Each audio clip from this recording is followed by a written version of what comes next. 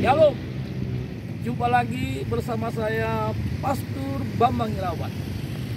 Saat ini Bapak Ibu, kami berada di hutan minus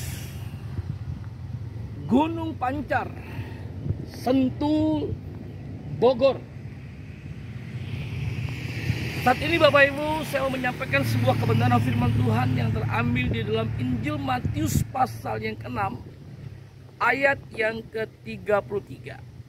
Saya percaya Bapak Ibu sudah sering kali mendengar ayat ini yang berbunyi, carilah dahulu kerajaan Allah dan kebenarannya, maka semuanya akan ditambahkan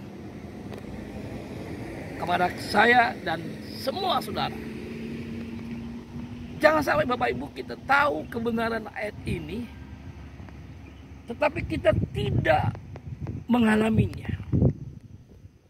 Kenapa Bapak Ibu kita nggak mengalaminya? Karena kita nggak mengerti, memahami dengan benar ayat ini. Ayat ini berkata Bapak Ibu dengan jelas bahwa perintahnya ada jelas. Kita harus melakukan kehendak Allah, melakukan perintahnya.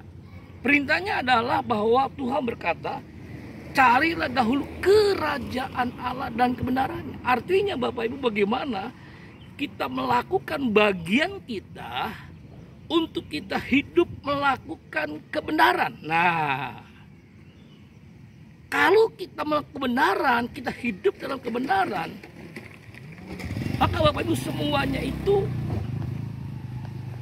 akan ditambahkan. Artinya Bapak Ibu, ketika kita melakukan bagian kita, Tuhan akan melakukan bagian Dia. Maka apa yang menjadi semua kebutuhan kita, Dia tambahkan, Dia sediakan, Dia cukupkan. Nah, inilah kebenaran yang kita perlu sadar Bapak Ibu. Bagaimana kita menjalani hari-hari kita, setiap hari. Semua aktivitas kehidupan kita, kita berada di dalam sebuah kebenaran. Kebenarannya bukan kebenaran manusia, kebenaran firman Tuhan.